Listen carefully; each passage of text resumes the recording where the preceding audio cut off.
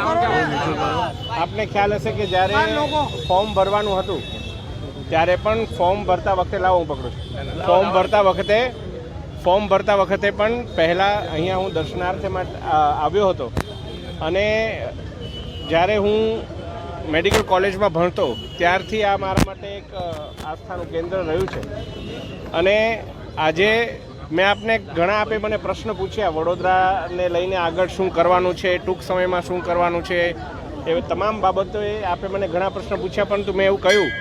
કે એકવાર ઔપચારિક રીતે જાહેરાત થાય ત્યારબાદ હું કહું એ વધારે યોગ્ય જણાશે.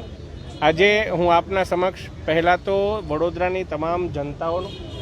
એમણે જે પ્રકારે નરેન્દ્રભાઈ મોદીજીના વિચારસરણીને, રાષ્ટ્રવાદી વિચારસરણીને, ભારતીય જનતા પાર્ટીના સાંસ્કૃતિક રાષ્ટ્રવાદને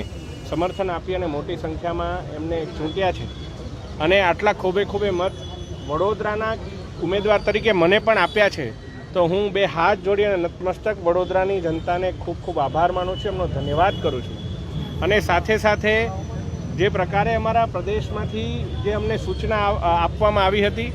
કે કોઈપણ પ્રકારની આપણે ઉજવણી ના કરી અને રાજકોટની જે કરુણાંતિકા છે એમને આપણી સંવેદનાઓ આપણે પ્રદાન કરીએ, તો તમામ અમારા કાર્યકર્તાઓ સાથે ચર્ચા કરી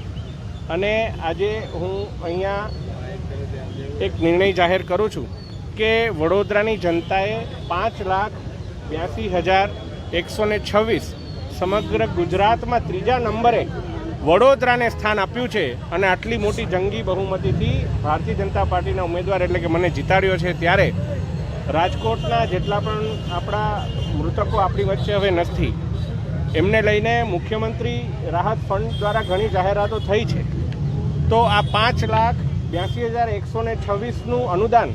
હું પણ રાજકોટ માટે મુખ્યમંત્રી રાહત ફંડમાં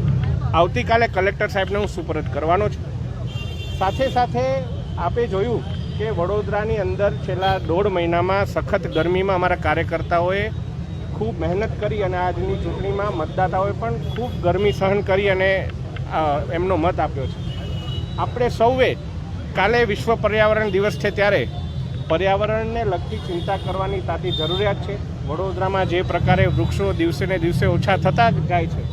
એના માટે પણ આપણે ચિંતા કરવાની જરૂરિયાત છે. ત્યારે આવનારા 2.5 વર્ષની અંદર 5,82,126 વૃક્ષો પણ વાવવાનો હું એક પ્રયત્ન કરું, એ બાબતનો પણ હું અહીંયા મંદિરથી સંકલ્પ લઉં છું.